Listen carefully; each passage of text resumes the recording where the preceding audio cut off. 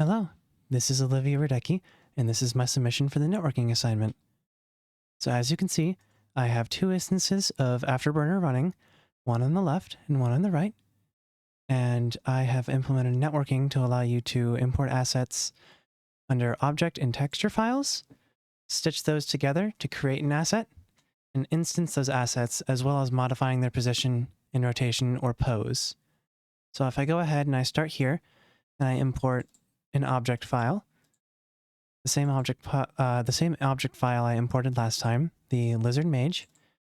You can see it's added right here, and it's actually not added right here, and that's because I haven't started networking yet. So if I haven't started networking, I have a feature where it will save the previous ones, and the moment I start a client to send messages, they'll get updated and sent to the other one.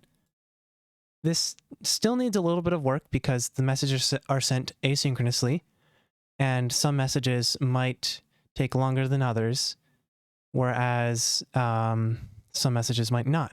So if I'm instancing an asset, that has an asynchronous load in it because it takes quite a while, but I might, right after it, send a modify position that's not ready to be done because the asset, it doesn't exist.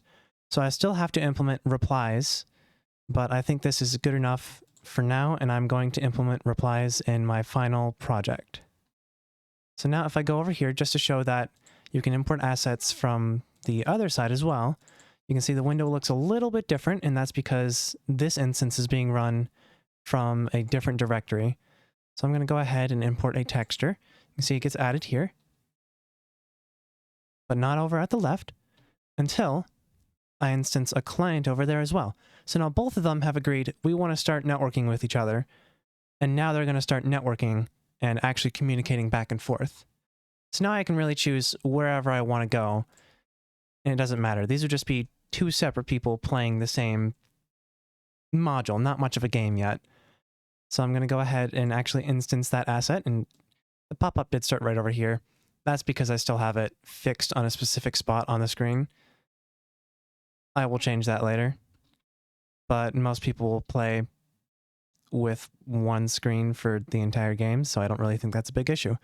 So we can either provide a label, or we can choose not to provide a label. I'm going to go ahead and leave it as the default. And if you leave it as the default, it's this name right here, it's just the name of the asset. You can only do one label per asset though, or one asset per label. So you can't have repeat assets using the same label. Now I'm just going to use the default position, and we see that that asset gets added to both games.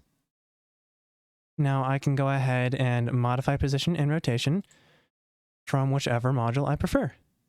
So I have to select that asset, and then I can modify it. I can move it wherever I like.